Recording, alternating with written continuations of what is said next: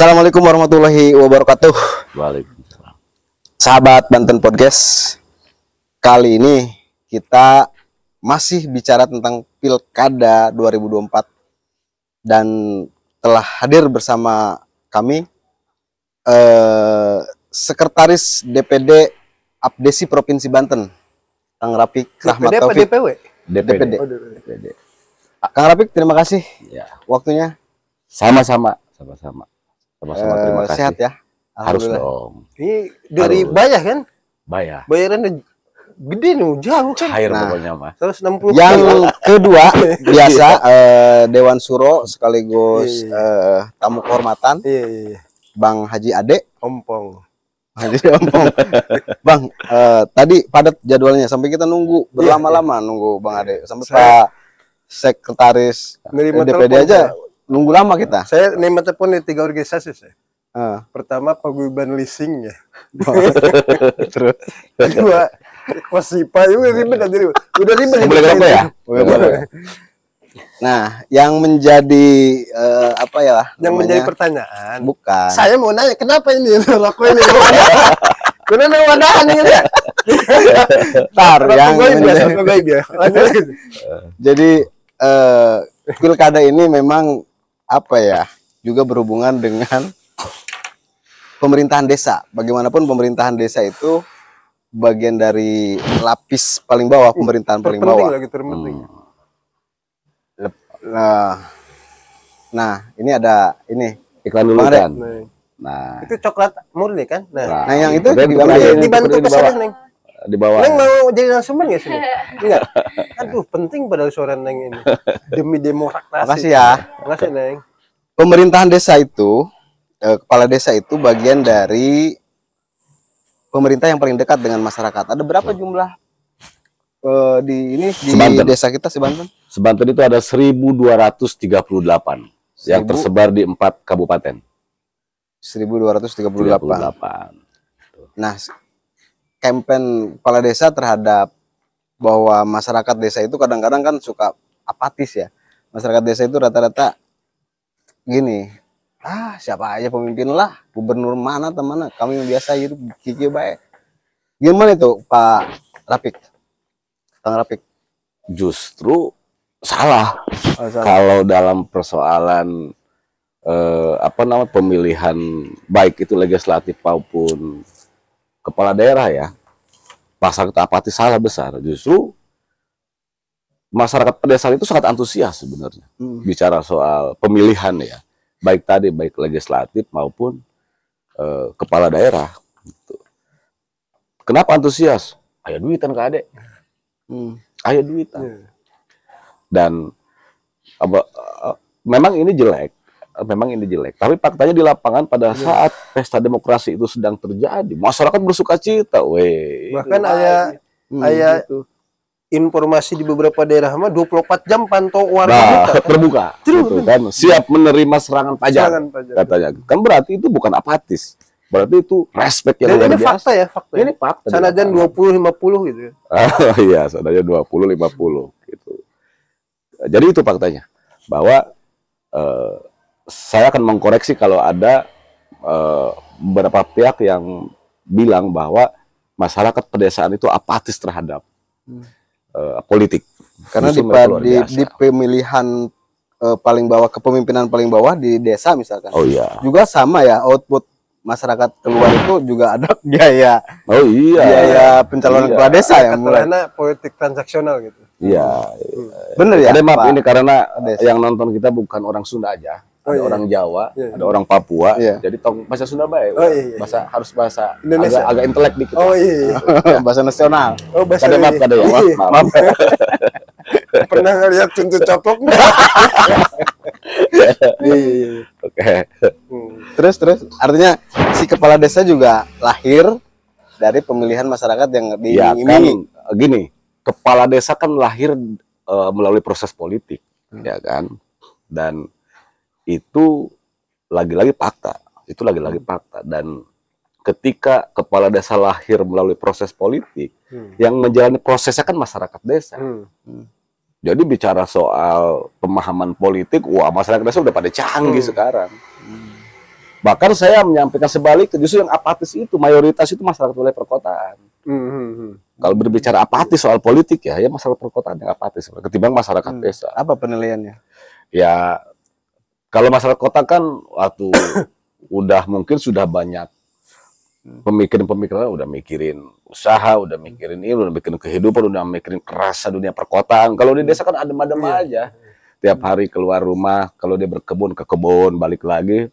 Rutinitas harian yang memang apa namanya flat gitu, begitu saja. Di desa kan mayoritas begitu ya. Ketimbang masyarakat kota gitu tuh. Tapi itu pesan-pesan pemilihan, sosialisasi jadwal, tahapan yang disampaikan oleh lembaga KPU itu sampai nggak ke masyarakat sampai sampai karena secara berjenjang kan ada turunan ya dari mulai KPU provinsi, kabupaten, kota, kecamatan, desa, PPS dan lain-lain. Dan informasi itu kan selalu terupdate.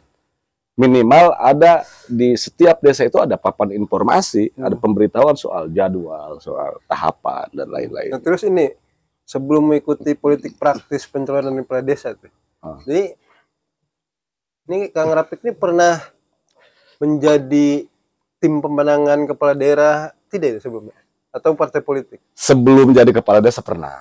Oh, sebelum. Dan itu kan di pekerjaan sebelumnya saya Kade. Dan ya karena memang dulu pernah mengalami di situasi itu kan makanya menjadi yang pertama itu, yang kedua bukan sebuah hal yang aneh. Kan ketika kita dihadapkan di posisi di situasi yang sama. Cuma waktunya aja yang beda. Kalau teknisnya kan mungkin sama kalau soal menang memenangkan atau tim sukses bla bla bla lah sama. Ya artinya tidak ada perubahan dalam konteks pemohon masyarakat mah ya. Pulah pilih mah ya. Ya sama. Jadi tetap masih sebagian warga masih transaksional. Masih transaksional. Bahkan tinggi banget transaksionalnya. Saya kemarin pada saat pemilu, pilpres, legislatif, pilpres, sampai kaget sendiri saya Kade. Melihat masyarakat yang sebegitu pragmatisnya. Karena memang diajarkan harus seperti itu. Dari awal memang sudah dididik seperti itu masyarakat. Kalau masyarakat kan kita ibaratkan ruang kosong. Gitu kan. Yang mengisinya itu kan para pelaku-pelaku politik itu, yang calon-calon itu, ya mereka yang akhirnya merusak mindset masyarakat. Bung Ben ini harus paham dengan perkataan beliau bahwa ketika misal Banten Podcast atau pihak lain diminta bantuan oleh pasangan yang akan tarung di pilkada, itu harus tahu bahwa selain memang ada transaksi di lapangan terhadap calon pemilih, maksudnya nu berangkat ini tuh kudu diongkos. Oh iya dong. Kita undang jauh. Undang jauh Iya, maksudnya harusnya paham lah gitu harusnya. Ayo meureun. Minta bantuannya juga misalnya Banten Podcast itu kudu perhatiin politik. Udah sampai gratis ingat loh. Iya. Kalau beliau mah tulus beliau mah. Tidak mungkin minta bayar. Nah, di pengalaman Pilpres, Pileg, Kang Rapik bagaimana posisi peran Abdesi saat itu? Pasti diperebutkan kan Abdesi ini kantong suara lumbung. Abdesi ini memang organ profesi yang seksi. Kemarin sorry. Iya, organ profesi. Terpilih sebagai sekretaris Banten tuh sebelum Pilpres ya? Iya, sebelum Pilpres. Strategis. Iya, makanya dia menjelang Pilpres udah posisi, udah jabatan strategis. Sangat tragis. Nah, gimana itu? Posisi Abdesi kan diperebutkan. Bicara soal Abdesi itu adalah organisasi profesi yang isinya para kepala desa yang notabene dia jenderal di tiap desanya. Yang namanya jenderal yang punya masyarakat desa. Gitu. Bicara soal kita kalau skemakan soal DPT di Banten Kade, dari total 8,8 juta DPT Banten itu 5,5 jutanya itu pemilih di masyarakat desa. Berarti sekitar 65% DPT Banten itu berada di wilayah pedesaan. Seksi dong. Gitu kan. Berarti kan ini harusnya dijadikan target sasaran oleh para pelaku politik untuk bisa meraup suara masyarakat di wilayah pedesaan. Makanya kalau berbicara memang dari kemarin ada beberapa pihak yang mencoba mendekati. Mohon maaf, dari kemarin itu maksudnya menjelang pilkada sekarang? Dari dulu, dari sebelum Pilpres. dari zaman pilpres, dari zaman legislatif, termasuk sekarang nih mulai zaman pilkada ya, baik kabupaten, kota maupun provinsi. Kalau kota enggak lah, karena kan Abdesi tidak ada di kota, baik kabupaten maupun provinsi. Tapi lagi-lagi saya di posisi Abdesi selalu menekankan ke kawan-kawan kepala desa, karena dalam Undang-Undang Nomor 7 Tahun 2017 Undang-Undang Pemilu itu sudah jelas bahwa kepala desa tidak boleh berpolitik praktis. Karena ASN ya, tidak boleh. Ya, karena ada larangan itu di situ. Makanya kalau berbicara ada yang nanya ke kami, Abdesi mau kemana? Oh, kita harus netral. Karena kita harus tertib, kita harus sesuai dengan aturan yang sudah dibuat oleh pemerintah kaitan tadi Undang-Undang Nomor 7 itu ya. 2017 kaitan Undang-Undang Pemilu. Padahal dalam Undang-Undang daerah Undang-Undang pemerintahan mah tidak masuk dalam struktur pemerintahan. Nah, makanya saya sebenarnya agak itu ya? tidak sepakat saya. Iya. Kenapa tidak sepakat? Kepala desa itu kan dipilih melalui proses politik. Iya. Tapi kepala desa tidak boleh berpolitik. Apa bedanya kepala desa dengan bupati yang proses politik, dengan gubernur yang proses politik, dengan presiden yang proses politik? Mereka boleh kok berpolitik, tapi kepala desa tidak boleh berpolitik. Dan di dalam klausul juga tidak bertanggung jawab kepada camat, enggak? Oh iya. Kepala bupati langsung berada. Kepada masyarakat sebenarnya. Ya, pada masyarakat. Kalau bupati itu sifatnya hanya kita untuk pelaporan pertanggungjawaban ya, tapi dalam Undang-Undang Nomor 3 Tahun 2024 ini yang revisi nomor 4 Tahun 2016 ini, kepala desa bertanggung jawab ke masyarakat desa melalui BPD. Sah itu. Gitu tuh. Cuman dibatasi oleh itu. Dibatasi oleh itu. Makanya ini harus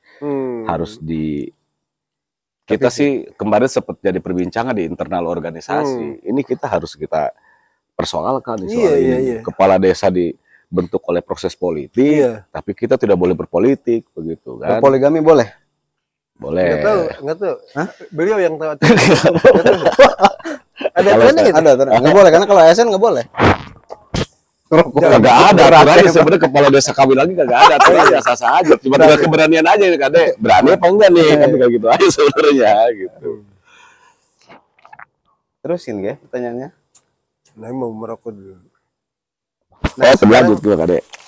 Di beberapa calon nih yang kita kenal ya. Betul. Belum tentu juga kan mereka mengenal kita. Ya. Ada jejaring yang sudah nempel ke Abdes itu.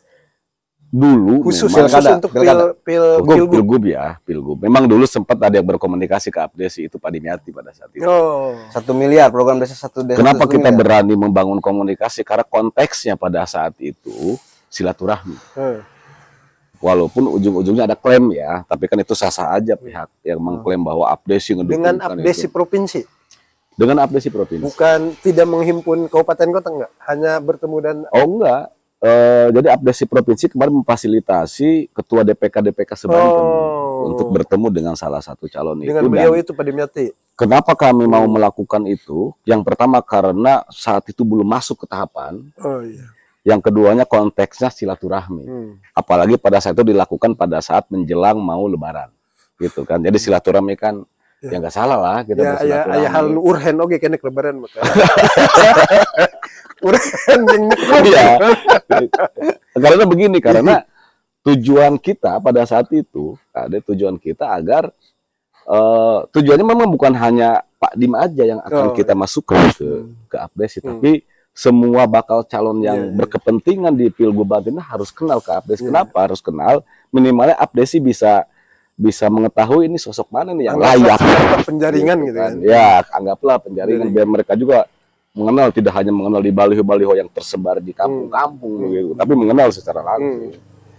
Dan ya karena konteksnya silaturahmi, kita bentuk pertemuan itu gitu. Bisa jadi kan si kepala desa ini memfasilitasi sosialisasi ini loh calon-calon gubernur yang akan datang. Artinya si pihak desa hanya menghadirkan calon-calon itu. Mereka kan harus bertanggung jawab, Kade. Bertanggung jawab terhadap masyarakat, siapa pemimpin yang akan dipilih loh. Ini loh calon-calonnya. Terus ini organisasi Kades itu ada berapa? Organisasi Kades kalau di Indonesia banyak. Bukan banyak, ada beberapa. Ada Abdesi, ada Papdesi, ada Aksi, ada Parade Nusantara gitu ya. Tapi kalau bicara di Banten ini, Yang paling solid. solid Abdesi. Oh, ada 4 ya? Ada 4. Papdesi. Ada Ikades, ada Ikades kalau nggak salah. Tapi 5 berarti ya? ya di Banten yang solid Abdesi. Gitu. Nah, posisi yang tergantikan itu yang berarti nyalon maksudnya? DPD Oh ya. Wijaya. Oh. Itu katanya yang membentuk organisasi baru ya? Oh enggak, tetap dia karena hasil Munas kemarin akhirnya Pak Haji Surta ditunjuk kembali oleh kawan-kawan di DPD se-Indonesia untuk memimpin ketua umum Abdesi. Makanya Abdesi tetap berjalan sekarang. Nah gini, saya menyelang beliau nih host utama. Jadi posisi kepala desa ini sangat penting ini, terutama menyangkut informasi penting seperti gini. Siapa yang peminat kepala daerah ini pencalonan yang paling populer di desa itu bisa di informasi dari sini. Udah ada informasi belum di tiap desa itu siapa yang paling dikenal itu? Sudah. Oh sudah ada ya? Sudah. Di Pilgub ini? Di Pilgub ini sudah. Karena ada siapa? Kade calon-calonnya? Ya di antara Pak Andra Soni, Bu Airin kan. Ya memang kan pendampingnya apa di itu ya kan. Saat ini kan yang sudah muncul ke permukaan bakal calon ini kan Ibu Airin dengan Pak Andra Soni kan. Itu sudah tahulah semua masyarakat. Tapi bicara wilayah penyebaran baliho, bicara siapa yang duluan menyebar baliho, semua juga pasti sudah tahu Bu Airin lah yang paling duluan. Kalau Pak Andra kan belakangan ya. Belakangan mungkin hanya beberapa bulan ke belakang baru tuh. Beliau nyebar spanduk sampai ke tiap-tiap gang juga ada. Sama dengan Bu Airin, tiap-tiap gang di kampung itu juga ada itu balihonya. Nah, gitu berarti kan. Gini harus dipahami oleh Bung Beni ini. Jadi sebelum beliau selesai udah saya potong.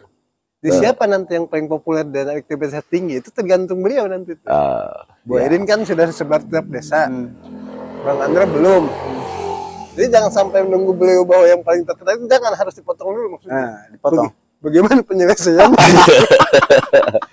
Gini memang ada gini memang ada pesan tersirat. Ada pesan tersirat yang saya sampaikan ke kawan-kawan di Abdesi Sebanten ya. Karena ada beberapa kepala desa baik di Lebak, Pandeglang, Tangerang, Serang yang nanya ke saya, ini DPD kira-kira kemana nih? Kan? Secara normatif saya sampaikan kepala desa harus netral. Itu secara normatif karena sesuai tadi Undang-Undang Nomor 7 Tahun 2017. Tapi ada pesan tersirat yang saya sampaikan ke kawan-kawan yang jelas yang harus kita dukung itu. Siapapun itu, mereka yang memiliki kepedulian terhadap pemerintahan desa dan masyarakat desa. Termasuk yang terakhir organisasi desa. Itu yang paling penting. Ada pertemuan nggak, ada audiensi misalnya atau diskusi antara Abdesi secara resmi dengan kandidat atau para bakal calon dari sekarang ini? Udah ada? Mohon maaf. Yang dimaksud Ben itu audiensi resmi dengan surat awalnya. Kalau Pak Dimyati kan enggak ya? Enggak ada yang resmi. Dan begini, seperti yang saya bilang dari awal, Abdesi itu kan punya 65% pemilih desa. Ya kan? Jadi kalau berbicara gengsi, kita punya gengsi, Kade. Masyarakat kita banyak kok. Tinggal siapa yang berkepentingan. Tidak juga kita yang datang ke mereka, kita masuk satu ngapain. Oh kita punya kekuatan. Ada ego gitu ya? Oh iya dong. Iya dong. Sampai dipuji sama Iwan Fals loh. Yang judulnya itu. Nah, ya kan ada lagunya kan. Desa adalah kekuatan. Desa adalah bentengnya negara. Jangan sampai rokok beliau kosong loh. Ini menentukan sih Pak Makanya yang harus dilakukan oleh para bakal calon sekarang baik bupati maupun gubernur ini, buat konsep visi misi yang memang akan menyentuh kami nih para kepala desa, sehingga kami disuruh atau tidak disuruh kami akan menginstruksikan ke bawah, gitu kan. Tapi bukan kampanye ya. Iya, bukan. Karena tadi kalau soal kita kampanye terbuka tidak boleh karena ada aturan tadi. Masukan bagus maksudnya. Tapi kan minimal gini, bicara soal kepala desa Kade, ex officio nih, kalau kepala desa punya kecenderungan ke salah satu, ex officio-nya itu RT jadi penggerak, RW, kader posyandu, kader PKK, Karang Taruna, semua bergerak di desa itu. Gitu termasuk kan? BPD bisa gerakan ya? BPD sangat bisa gerak. Karena di Banten mayoritas BPD sinkron dengan kepala desa. Bahkan cenderung memang berkomunikasi dengan sangat baik lah dengan kepala desa BPD. Dari publikasi di media itu sudah ada yang menyentuh visi misi belum?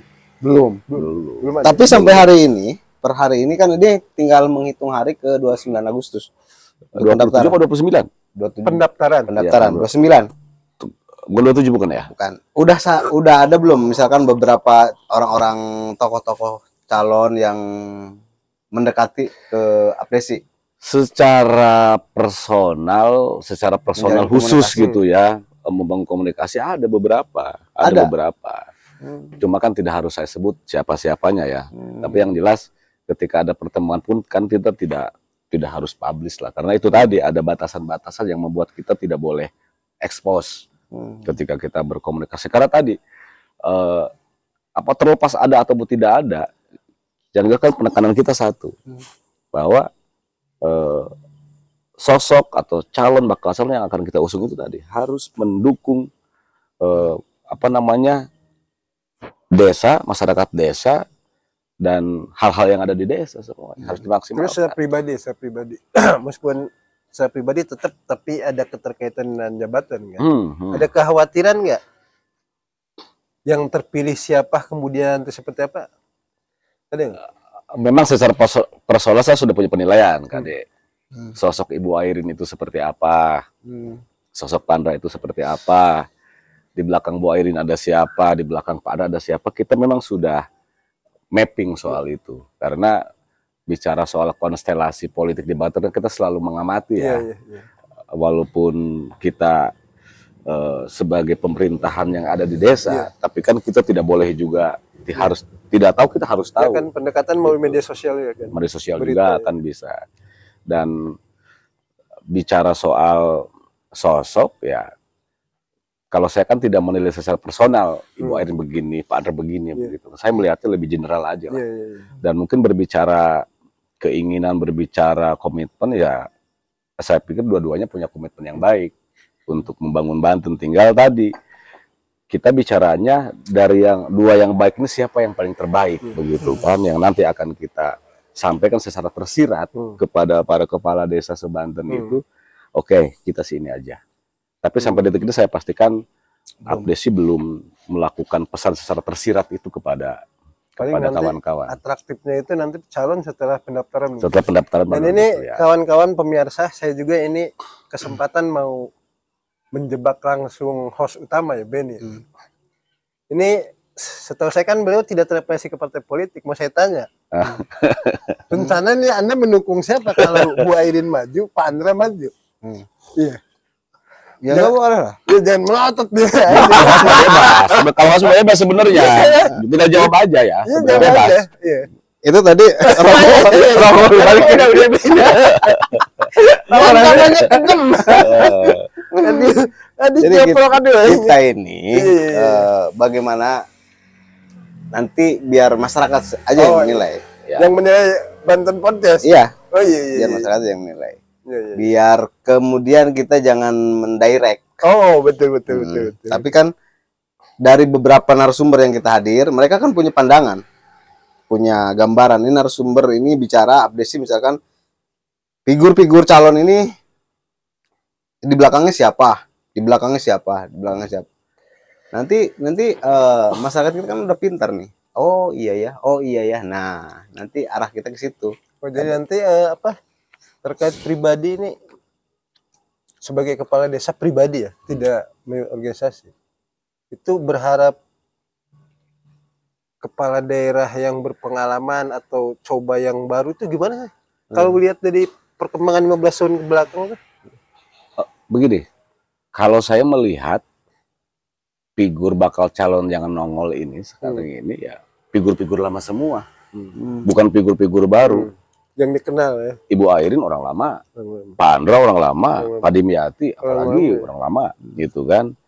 Terus bicara yang saat ini rame di masyarakat, Pak Haji Ade yang akan dipasang di sama orang lama.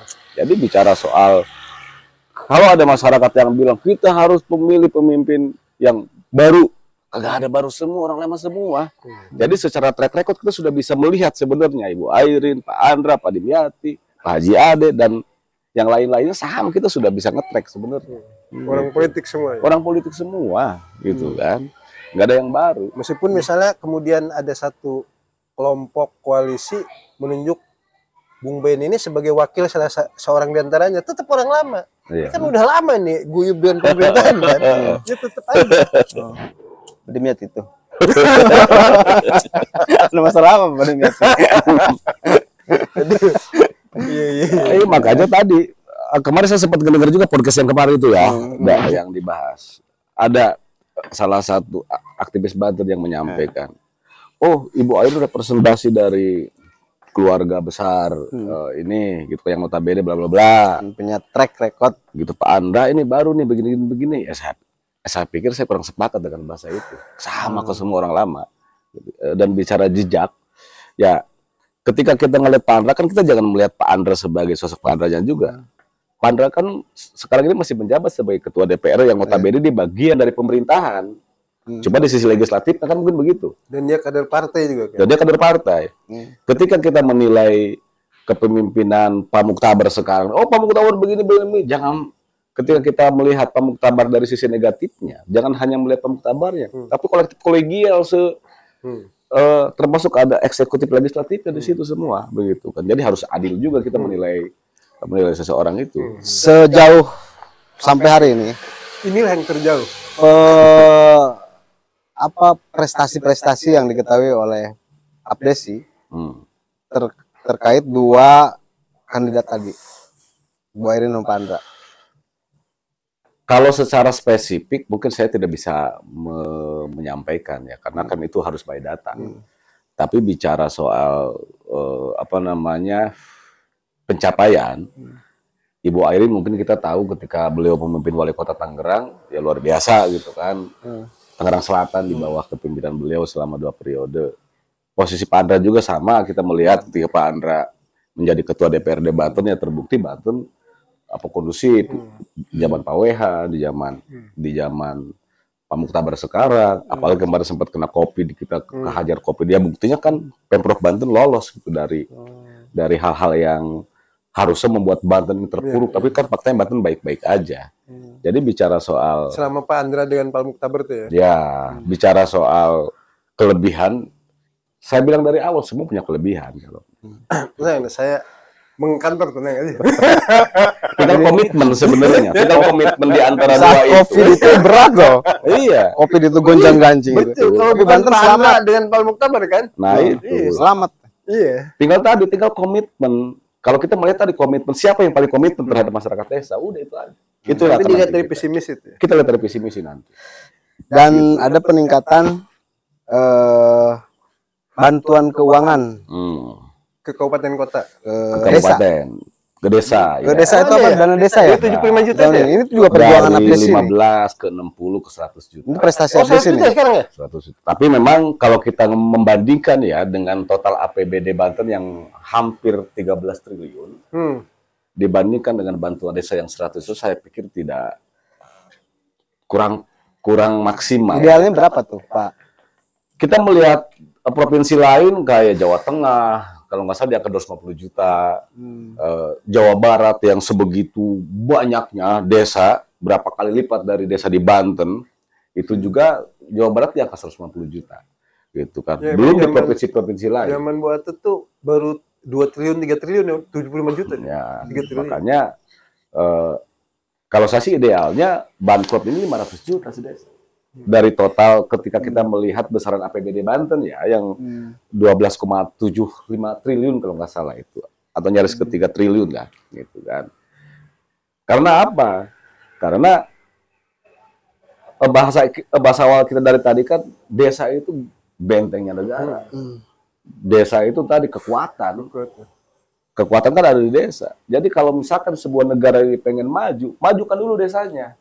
Baru nanti secara bottom up itu akan berefek secara positif ke Desa wilayah selain perkotaan. apa namanya Banpop apa Presmani?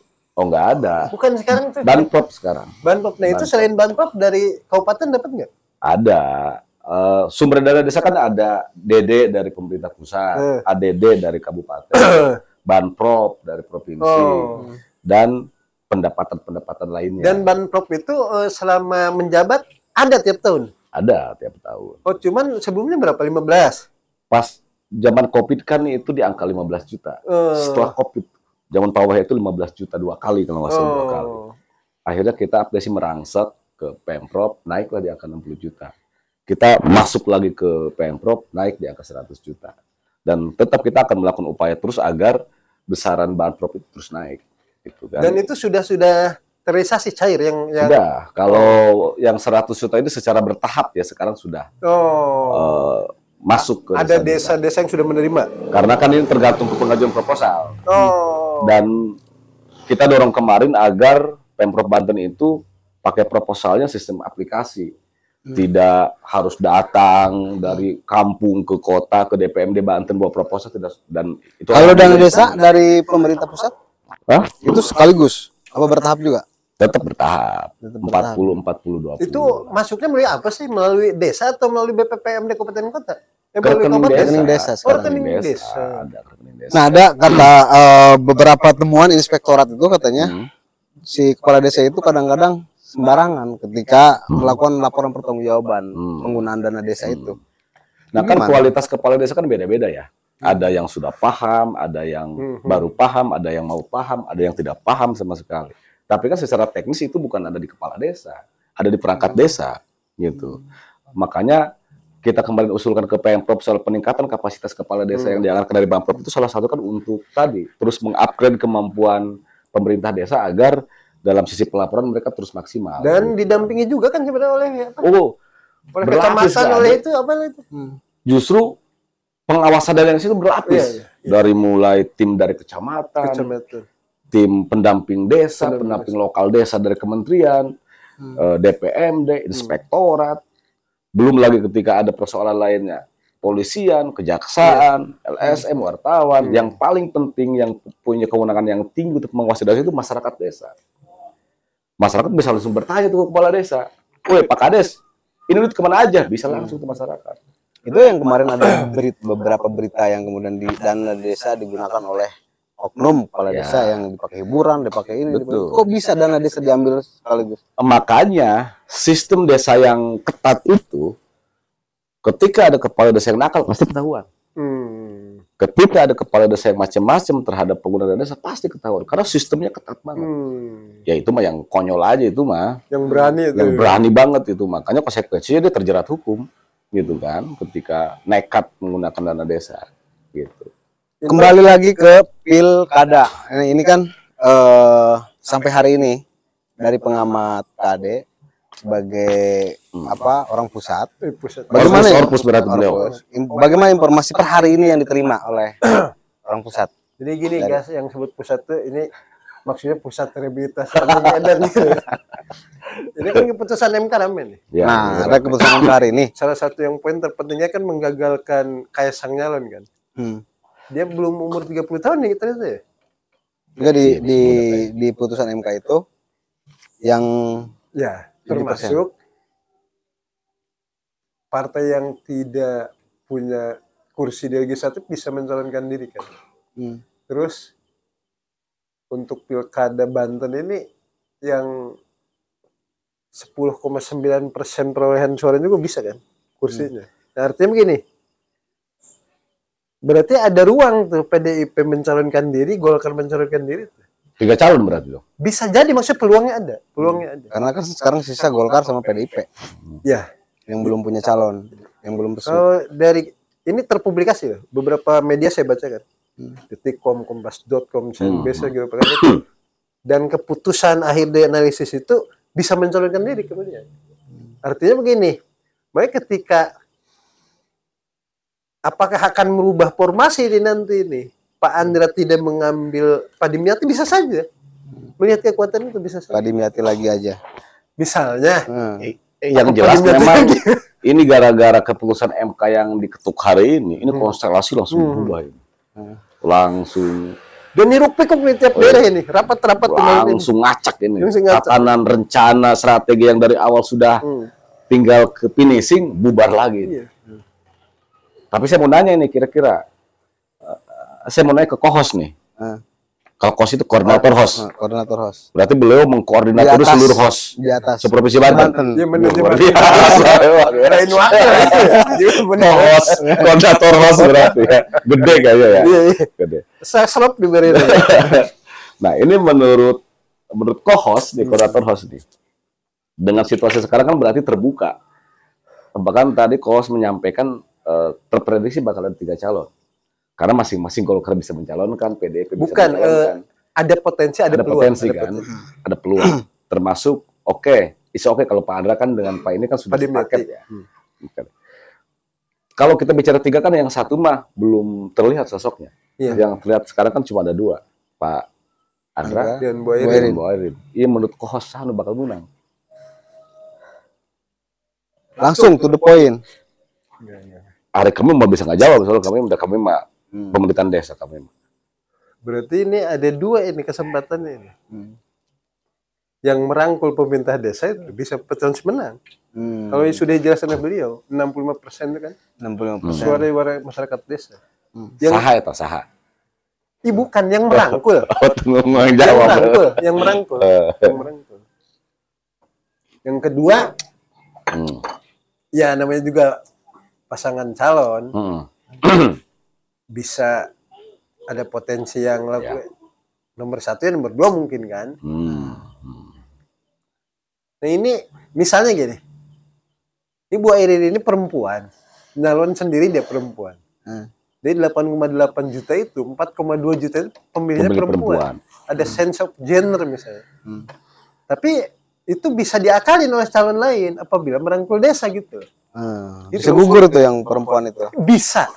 Bisa di counter dengan itu. Tapi kalau desa tidak dirangkul misal, membiarkan misalnya pasangan lain merangkul kaum perempuan, ya bisa menang. Tidak menutup kemungkinan. Makanya segera rangkul desa. Dan tapi ingat desa juga kalau sudah dirangkul. Bahwa saya juga sudah pernah ngomong gini. Iya. Biasanya koma tuh. Kita nanti pikirkan. Tapi begini Kak, memang Jangan ada diajak melanggar undang-undang. Enggak. Melangkahi. Jadi ada pembedaan pola pikir masyarakat dalam memilih antara pemilih legislatif dengan kepala daerah. Itu beda jauh. Kalau legislatif cenderung masyarakat pragmatismenya tinggi. Karena apa? Tim suksesnya banyak, calonnya banyak, dan mayoritas tim sukses bawa duit. Iya. Mayoritas. Akhirnya ketika kepala desa misalkan mengarahkan ke masyarakat pemilih untuk calon legislatif A, B, C, itu agak susah. Tapi beda dengan pemilihan kepala daerah. Yang pertama, calonnya sedikit. Yang kedua, rata-rata timnya juga nggak banyak. Iya. Makanya kecenderungan kalau pemilihan kepala daerah, masyarakat desa itu nanyanya ke kepala desa. Pak Kades, Pak Jaro, petunjuk, sok kami menurut ke Pak Jaro aja, mau kemana. Itu masyarakat suka gitu ya? Suka gitu. Dan ini saya alami sendiri di desa saya kan. Bahwa banyak para RT, para RW, BPD, Posyandu, PKK, kami menurut ke Pak Jaro aja, mau kemana pemilihan. Nah, ini kan harusnya dimanfaatkan nih. Harus adu cepat juga Oleh para pihak yang berkepentingan ini. Ayo rayu kami. Gitu, yang punya kesempatan itu Pak Andra, karena udah deklarasi dia. Deklarasi apa? Udah deklarasi ada pasangannya. Jangan sampai kalah cepat yang lain kalau mau maksudnya. Ini kan namanya juga saling rebutan ya. Kalau dilihat dari peta politik yang sudah terkonfirmasi kan Pak Andra dan Pak Dimyati. Adu cepat lah. Tambahin ban propnya kan. Jadi minimal berapa kalau dilihat dari komposisi gope PAD? Gope kan lah 500. Karena itu tadi kata saya. Sekarang baru cepet kan? Baru cepet. Sedikitnya 200 lah ya. 2,5 lah. Ya 2,5. Gitu. Kok masih aman. Gitu. Iya, jadi majukan dulu desanya, maju provinsinya. Karena desa kekuatan negara. Gitu. Desa kekuatan negara, desa benteng negara, desa garda terdepan negara. Jangan sampai masyarakat desa menyerang kota loh. Ini tulisan Mejedong nanti bener. Itu. Gimana itu? Jangan dulu oke ini ada hal yang disampaikan. Sampaikan dong. Konkretkan dulu coba apa? Kesimpulannya apa sih kan gini? Tadi saya bingung ini. Kita dari awal ini kita bahas apa sebenarnya? Iya, sebenarnya dia ada 15 pertanyaan yang sudah disiapkan. Ini sebenarnya baru nyentuh 10, 5 lagi. Kalau mau dikerucutkan ya kerucutkan lah maksudnya supaya jelas kan orang hirup ya kan. Iya. Kita jangan membuka abdesi untuk ini Iya. untuk melanggar undang-undang. Bukan Jangan. melangkahi. Nah, Kalau melanggar menabrak. tadi kan nggak boleh. Undang-undang nomor berapa? Nomor 7 tahun 2000, Undang-Undang Pemilu. Undang-undang Nomor pemilu. 7 tahun Kepala desa tidak berada 2017. politik. Walaupun itu Ya. memang debatable ya, harusnya mereka terlahir dari proses politik. Nah, tapi gini, sebagai bagian dari upaya pencerdasan, artinya masyarakat juga harus tercerahkan.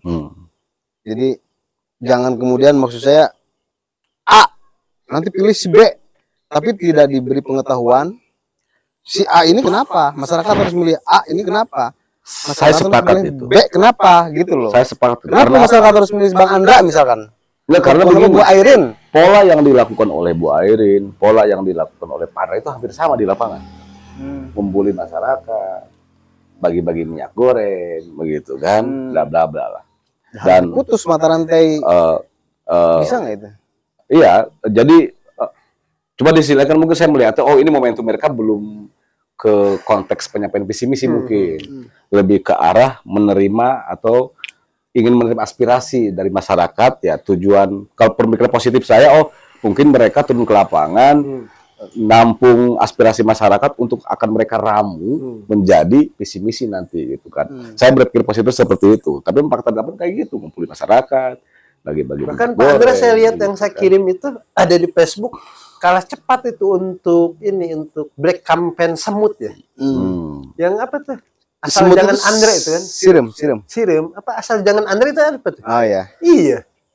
Kalah cepat tuh sama kayaknya kelompok Airin Itu gitu. kan Cuma begini, nggak boleh Ya. itu sebenarnya. Bukan, kalau saya melihat kan kita melihat siapa yang lebih dulu berkampanye. Terlepas itu lewat alat peraga maupun datang secara langsung ke masyarakat. Diakui ataupun tidak, Bu Airin yang paling dulu berkomunikasi ke masyarakat. Tadi yang saya bilang Pak Andra belakangan begitu kan. Makanya bicara soal pengetahuan popularitas bakal calon di masyarakat ya, kalau menurut kacamata saya Ibu Airin yang paling unggul. Kita bukan bicara elektabilitas ya, tapi bicara popularitas. Ibu Airin yang paling unggul. Karena Pak Andra baru belakangan ini gitu. Nah, makanya kalau Pak Andra juga popularitasnya minimal mau menyamai dengan Ibu Airin harus bisa. Karena sederhana menurut saya Kade, untuk desa ini, benteng negara ini. Tadi kebutuhan desa itu, mereka butuh untuk membangun desanya, membangun ininya butuh sekitar 500 juta per tahun dari Pemprov. Nah, siapa calon yang menyanggupi permintaan desa, abdesi, kepala desa, itu barangkali Bisa mereka menggiring. akan Menggiring ya. sederhana campaign ke masyarakatnya. Masyarakat nih, bahwa inilah yang peduli terhadap masyarakat desa. Terbuktinya dengan apa? Dengan cara memberikan bantuan Pemprovnya segini per tahun. Selesai itu. Yang menggiring Tidak harus suara visi rakyat. misi bla bla bla bla gitu. Gitu Kade. Tapi kan tidak harus ngomong juga. Kalau ngomong kan gampang aja. 1 miliar saya kasih, kan gampang aja kalau ngomong. Dari Ya calon kita kan itu. bukan hanya butuh omongan ya. Kita butuh Realisasi. ketika omongan yang disampaikan itu disertai dengan teknis. Oh, nanti ini teknisnya begini. Tujuannya untuk begini gitu. Kan itu akan lebih paham kami ya. Kalau tadi hanya omongan atau siapapun bisa ngomong 2 miliar saya kasih ke desa kan sah-sah aja ngomong ini kan. Gitu tuh maksudnya.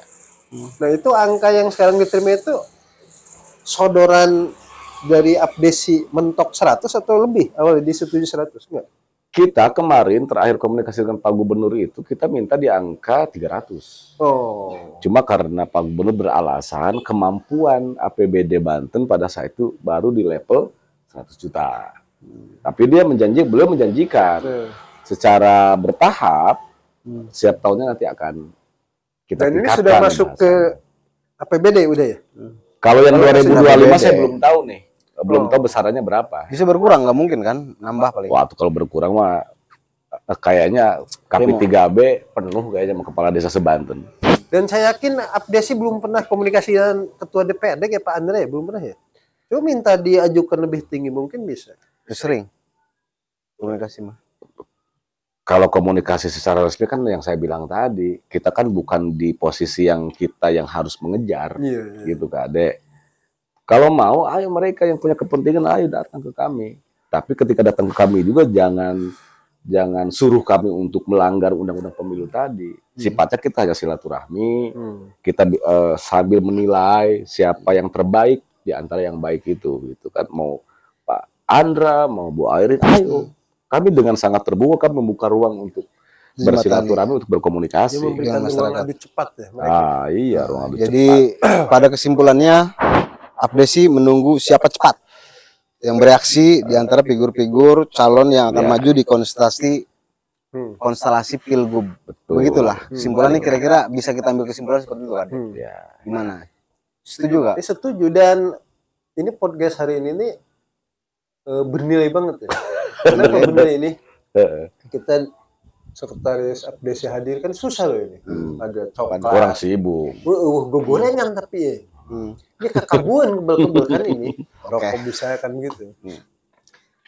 Di penghujung, karena kita terbatas Durasi. maka selanjutnya nanti kita akan hadirkan lagi setelah kita akan intip. Ini 46 menit tuh. Kita akan intip, Abdesi nanti sosialisasi bagaimana komunikasi-komunikasi yang dibangun dengan memperkenalkan ke masyarakat calon-calon yang akan turun dengan melibatkan Abdesi, gitu. Mudah-mudahan itu, dan saya rasa itu baik, Adek. Iya. Silakan dari closing statement Kade dulu. Jadi kata-kata mutiara malam ini. Jadi situ pemirsa, untuk pemilihan kepala daerah pilihlah yang dianggap bermanfaat bagi semua orang ya. Bagaimana seharusnya? Nah, Bung Ben yang bisa saya kasih. Ya. Oke, Pak Sekjen Abdesi, silakan menyampaikan closing statement. Artinya nanti masyarakat harus melakukan seperti apa menyongsong pilkada. Karena bagaimanapun tidak boleh abai, masyarakat itu nggak boleh membiarkan pilkada berlalu begitu saja. Kecenderungan saya patokan saya lebih ke arah sosok bakal calon dulu ya. Jadi desa itu adalah kekuatan negara. Desa itu garda terdepan negara, desa itu bentengnya negara. Majunya sebuah negara ketika desanya maju. Makanya siapapun bakal calon yang akan berkontestasi di Pilgub Banten harus punya visi misi yang prioritasnya untuk kemajuan dan kemandirian masyarakat desa, itu aja. Siap. Terima kasih Pak Rafiq. Selanjutnya, masyarakat nanti akan kami suguhkan narasumber-narasumber yang akan kami pilih sehingga bisa menjernihkan nanti siapa yang akan harus dipilih di Pilkada 2024 yang akan datang. Billahi taufiq wal hidayah. Assalamualaikum warahmatullahi wabarakatuh.